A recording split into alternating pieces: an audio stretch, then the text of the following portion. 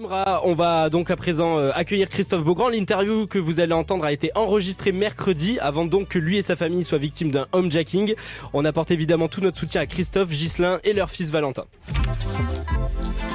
Retrouvez tous les mix de Move sur la web radio 100% Mix, disponible sur l'appli Radio France et sur move.fr. Et Christophe Beaugrand est notre invité ce matin sur Move pour parler de la 13e saison de Secret Story.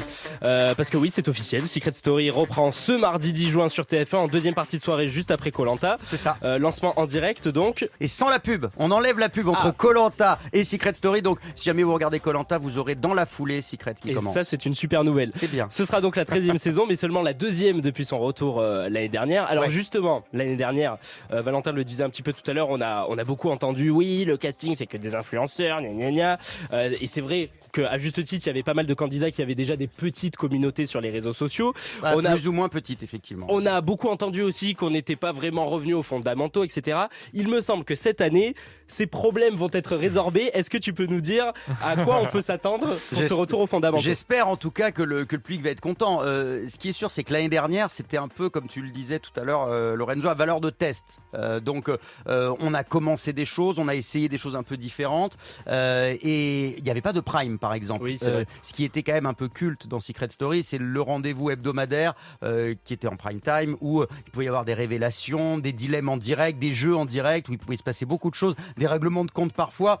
Et ça a manqué l'année dernière. On avait l'élimination sur une quotidienne. Il y avait juste le lancement, qui était une grosse émission de prime, enfin, en l'occurrence de deuxième partie de soirée, et la finale. Mais entre les deux, les éliminations se faisaient sur une quotidienne. On avait juste un petit débrief qui était diffusé sur TFX, mais on n'avait pas le show qu'on a habituellement. Et ça, on a voulu le reprendre. Ça fait partie des premières choses que nous ont dit les téléspectateurs, parce qu'on a beaucoup écouté les retours. Et je me suis fait le porte-parole beaucoup aussi. Moi, je suis le premier téléspectateur, donc j'avais des ressentis. Et puis, le public m'envoyait des messages. Donc, je suis remonté aussi auprès de la chaîne, auprès de la production. Et effectivement, il n'y avait pas tant que ça l'année dernière, finalement, de profils d'influenceurs. Il y en avait 4 sur une quinzaine de candidats. Mais le problème, c'est qu'il y a eu le focus là-dessus. On en a beaucoup parlé et ça a peut-être un peu fait oublier tous les autres candidats qui avaient la fraîcheur des candidats complètement spontanés et complètement anonymes. Donc là, on a pris soin de ne pas sélectionner, effectivement. On avait notamment, nous, Charlène et Francesca, qui sont un duo, un couple de filles qui cartonnent sur TikTok, sur Insta, etc. Et c'est vrai, moi, je ne les connaissais pas au moment où on m'a présenté le casting. Et après, j'ai vu dans l'émission, en fait, leur secret, c'était où nous sommes en couple. Tu avais les 3/4 des candidats, ils les connaissaient. Donc ça a complètement gâché le truc. Donc effectivement, on a commis des petites erreurs l'année dernière. C'était aussi des équipes différentes l'émission s'était arrêtée pendant 6 ans. Donc là, on a repris aussi des personnes qui travaillaient sur l'émission avant. Et l'idée, c'est d'avoir vraiment un retour aux sources de ce que le public a aimé et qu'on va essayer de proposer à nouveau. Mais qu'est-ce que tu entends par retour aux sources exactement ? Retour sur un casting vraiment anonyme. Retour sur les primes, retour aussi sur des séquences de dilemmes, des trucs un petit peu plus, poil à gratter, tu vois, c'est un peu plus piquant. Voilà. Après, on est en 2025, on va pas faire de la télé-réalité qu'on faisait il y a 15 ans ou 20 ans, qui était beaucoup plus trash. On va pas faire de trash, c'est pas ça l'idée. Mais on va s'amuser un peu plus. On a été un peu sage l'année dernière, mais on aurait pu pousser un peu le curseur. On va le pousser cette année. Quand tu dis casting d'anonyme, comment on fait pour trouver le meilleur casting justement pour une émission comme Secret ? C'est compliqué. D'abord, il y a une grande partie des candidats qu'on a qui sont issus de ce qu'on appelle la casting machine, c'est-à-dire quand on a ouvert le casting sur le compte de TF1+, et là les gens se sont inscrits, ont proposé leur secret, on voyait comme une lettre de motivation. C'est quelque chose on a reçu plus de 15 000 demandes, donc c'est énorme. On n'a pas pu recevoir les 15 000 personnes, évidemment, il y a eu un gros tri, mais on a plusieurs candidats qui sont issus de ces gens qui regardaient l'émission et qui se disent j'ai envie d'y participer. Et puis après aussi, on pense à des typologies parfois de secrets, et on essaye de trouver, ça peut être sur des groupes Facebook, ça peut être sur vraiment tu peux regarder un petit peu partout. Ce qui est sûr, c'est qu'on va prendre soin là de ne pas avoir de personnalités trop déjà connues sur les réseaux. Alors évidemment, pour ceux qui nous écoutent, ils disent si ils ont des réseaux sociaux, oui. Tout le monde a Tout le monde a des réseaux sociaux, donc Mais pas parfois, avec des dizaines de pas milliers, voire des des milliers. centaines Voilà, de pas milliers. des. Là, en l'occurrence, Charlène et Francesca, elles avaient, je crois, 200 000 personnes Ouais. sur TikTok, donc on n'en est pas là. On aura peut-être des gens qui ont 800 personnes, tu vois. Mais l'idée, c'est vraiment d'avoir des gens, et puis des gens qui viennent pour le coup de toute la France. On avait peut-être une typologie de casting un peu plus parisienne l'année dernière, et là, on a vraiment pris soin, et pas que de la France d'ailleurs. Il y aura également des pays étrangers limitrophes. Je ne donnerai aucun indice, mais il n'est pas impossible que nous ayons des représentants de la Belgique qui sont toujours d'excellents candidats. Ouais, il faut toujours un Belge dans une télé-réalité. Oh, ça, je pense que vous ne serez pas déçus. Non, et puis surtout, on a des candidats. Moi, je les ai pas rencontrés de visu parce que moi, je les rencontre jamais. Je les rencontre une fois qu'ils sont sortis. En fait, quand ils sont éliminés, Ouais. je vais les voir passer sur le plateau au moment du lancement. Mais l'idée, c'est vraiment de les mettre dans une bulle. En revanche, j'ai vu des images d'eux, des sélections. Donc, on a beaucoup de profils très drôles, surtout. Et l'idée, c'est vraiment de se marrer parce que on est sur l'idée d'une diffusion estivale. Dans le retour aux sources, il y a aussi ça. C'est vrai. La date de diffusion, à la grande époque, c'était l'été. C'était le petit plaisir quand tu rentrais de la plage ou si tu partais pas en vacances, ça te permettait de t'évader un petit peu. Et puis maintenant.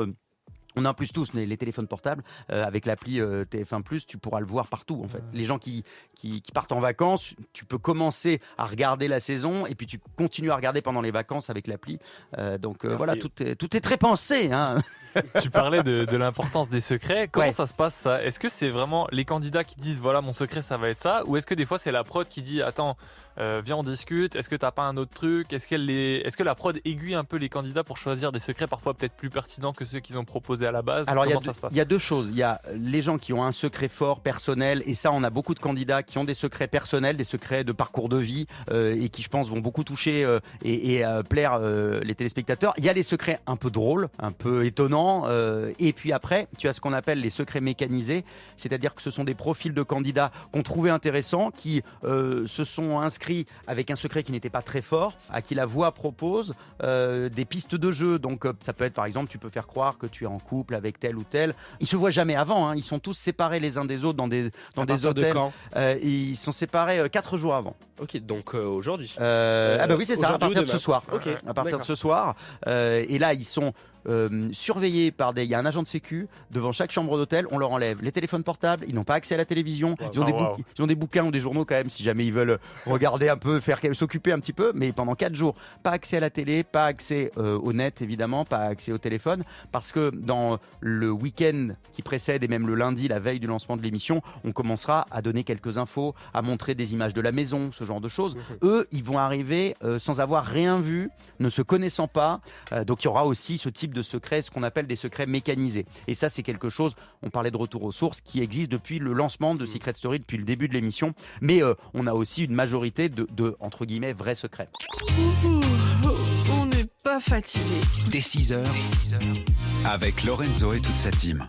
Move. Christophe Beaugrand est toujours notre invité ce matin sur Move. Tu viens nous parler de Secret Story qui fait son grand retour mardi soir, juste après Koh-Lanta sur TF1. Donc on est très impatient de découvrir tout ça. On a parlé des changements plutôt édito dans cette première partie. Est-ce qu'on peut s'attendre aussi à des changements au niveau des décors? Je sais pas si toi tu as vu la Maison des Secrets, où on en est. Est-ce qu'il y a de la nouveauté? Oui, ça va être complètement différent, je te confirme. On est dans le même lieu de tournage que l'année dernière. En revanche, la maison a été complètement cassée, donc on repart de zéro et elle sera très différente. Au niveau disposition de Ouais, pièces, au niveau etc. disposition de pièces, le jardin va être très différent également. L'espace du jardin reste grosso modo le même, un petit peu agrandi, mais il va être extrêmement différent. L'idée, c'est de proposer quelque chose, en fait, comme à grande époque entre guillemets de Secret Story, quand c'était dans les gros plateaux de la plaine Saint-Denis, la maison changeait chaque année. Moi, les saisons que j'ai présentées, c'était la maison qui était sur le toit. Oui, c'est vrai. Et c'était toujours la même maison, puisqu'on ne pouvait pas changer ça. C'était devenu il y a eu 4 saisons comme ça, de la 8 à la 11. Et depuis l'année dernière, on a retrouvé un lieu qui est une sorte de grand hangar, qui pourrait être une sorte de studio de télé. Et là, on construit un petit peu ce qu'on veut à l'intérieur. Donc, il va y avoir pas mal de surprises, je te confirme. Mais je ne peux pas les révéler, parce que si jamais, un des futurs candidats nous écoute ce matin, il faudrait pas gâcher le suspense. bien sûr. Donc vous découvrirez tout ça mardi soir. Mais ce qui est sûr, c'est que oui, le look de la maison va être très différent. Et si vous aimez les couleurs, vous n'allez pas être déçus. Voilà. Ça va être coloré. Allez, petit On indice. adore. Alors c'est marrant parce que moi quand j'étais ado, j'avais beaucoup d'amis qui regardaient Secret Story. Moi j'avais pas le droit, tu vois, c'était un truc. Les parents ils pensaient oui. que c'était pas de notre âge. Moi Je crois aussi. que Lorenzo t'étais dans la même Ben, situation. c'est pas totalement toujours faux. Ça dépend. Ça dépend Mais à quel âge. Mais tu vois, aujourd'hui, avec TikTok, les réseaux, tout ce à quoi les jeunes peuvent être exposés, est-ce que tu penses que Secret Story a toujours autant ce frisson un peu transgressif de l'interdit, ou est-ce que l'émission elle a pas un peu changé de cible au fur et à mesure des années? Alors, je pense pas qu'il y ait ce frisson de l'interdit, effectivement. En revanche, ce que tu dis est intéressant par rapport à TikTok, par exemple. Il y a des gens qui m'ont dit qu'ils avaient regardé quasiment toute la saison de l'année dernière sur TikTok, Ok. via les montages qu'il y avait eu sur TikTok.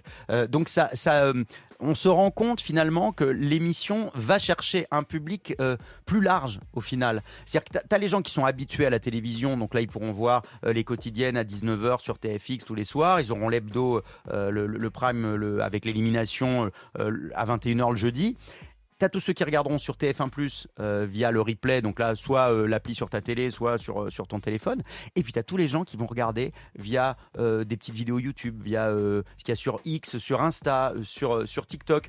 Donc c'est assez large en fait.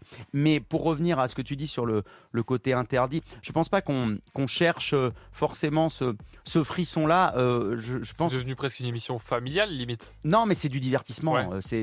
On va pas faire Frenchy Shore. Hein. Ouais. Si jamais tu veux de l'interdit, là c'est pour ceux qui n'ont pas vu, c'est une télé-réalité un peu Trash. Ouais. un peu porno quand même, on peut dire. Pousse pas mal les curseurs. Oui, donc nous on va pas là-dedans. Ok. Donc, mais l'intérêt c'est surtout qu'il y ait de l'engagement, que les gens s'amusent et s'attachent aux candidats, qu'on se marre, qu'on soit surpris. C'est surtout ça, c'est le côté rebondissement et feuilleton qui fonctionne. Ouais. Alors aujourd'hui, c'est vrai que participer à une émission comme Secret Story, c'est un immense coup de projecteur. Ouais. Sauf que derrière, les débouchés, ils sont pas forcément infinis. Comment est-ce que vous accompagnez les candidats après l'aventure? Alors, ils sont accompagnés par des psys, toujours en sortie. Ils ont le premier rendez-vous qu'ils ont en sortant de la maison. Ils arrivent d'abord sur le plateau, il y a la petite interview, etc. Mais une fois qu'ils sortent, premier rendez-vous, c'est avec le psy. Et après, évidemment, ils peuvent contacter une assistance. On continue de les suivre. Et puis, il peut y avoir aussi des propositions. Léo, par exemple, qui est arrivé en finale l'année dernière, lui... il voulait absolument être comédien. Il a décidé de prendre des cours de comédie et il a remporté un casting. Là, il arrive dans Plus belle la vie. À partir de fin juin, ça peut ouvrir des opportunités. Ça dépend en fait du talent que tu peux avoir. Si jamais tu as du talent, ça peut être une façon de te faire remarquer. Eh ben écoute, Donc, tu veux venir, toi? Non, bah, Si jamais il nous manque Il a quelqu'un, l'air d'être intéressé. écoute, Non, on sait jamais. Non, mais fut un temps, j'aurais bien fait Secret Story. moi Il est j'aurais vrai. adoré. Ah. Ça m'aurait éclaté, mais ça n'existait pas. Je suis une trop vieille personne. Tous les matins, de